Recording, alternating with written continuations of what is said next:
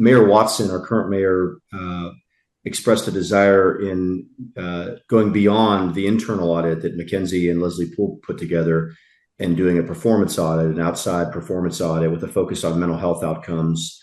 My understanding is they put an RFP together, but in order to even send out the RFP, they had to have 4 co-sponsors and couldn't get 4 co-sponsors. I can tell by your laugh that I imagine our alignment on the desire and the need for a performance audit that is an outside audit that tracks outcomes to the point that you raised is something that you would support?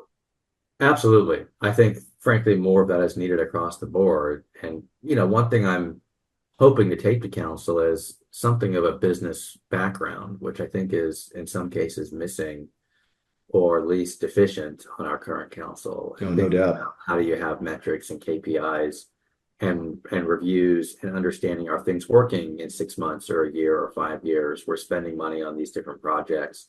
I mean, look, in our agenda on last week's council meeting, there were, over 200 items. A lot of them were on the consent agenda. Many of them were $1 million items. And I'm just wondering who's tracking all of that. Where is that?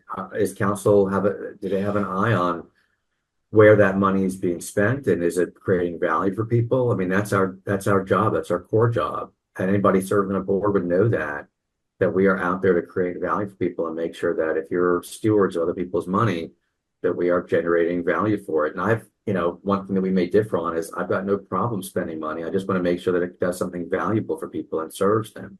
And if we don't have evidence to support that, if we're not constantly reviewing and having a feedback loop or metrics or, one thing that I know the mayor has even talked about previously, the Sunset Commission that works at the municipal level to find out whether programs are being effective and to retire obsolete ones.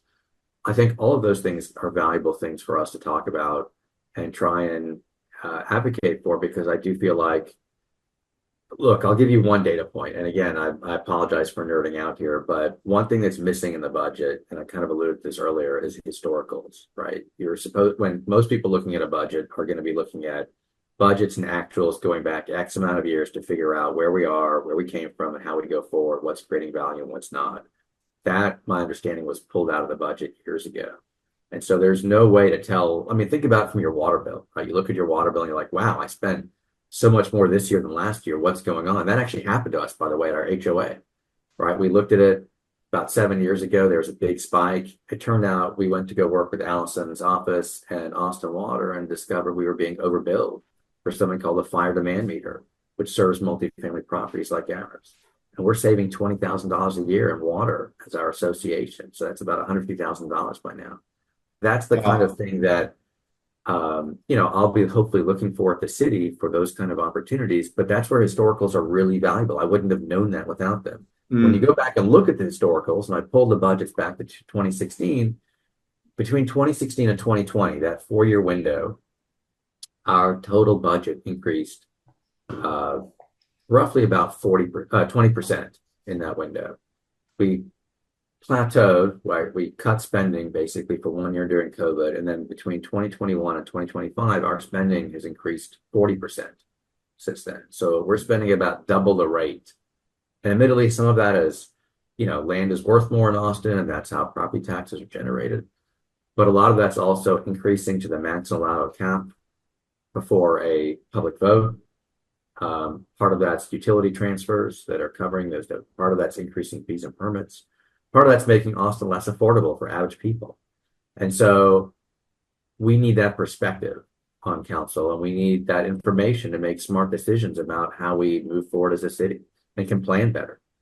Yeah, it's pretty evident that is exactly what we're missing. We have a lot of, I feel, activists or people who come from a profession of campaigning and being a politician instead of having real life experiences running a business or understanding that part of it and how you should be doing things to benefit the community as a whole.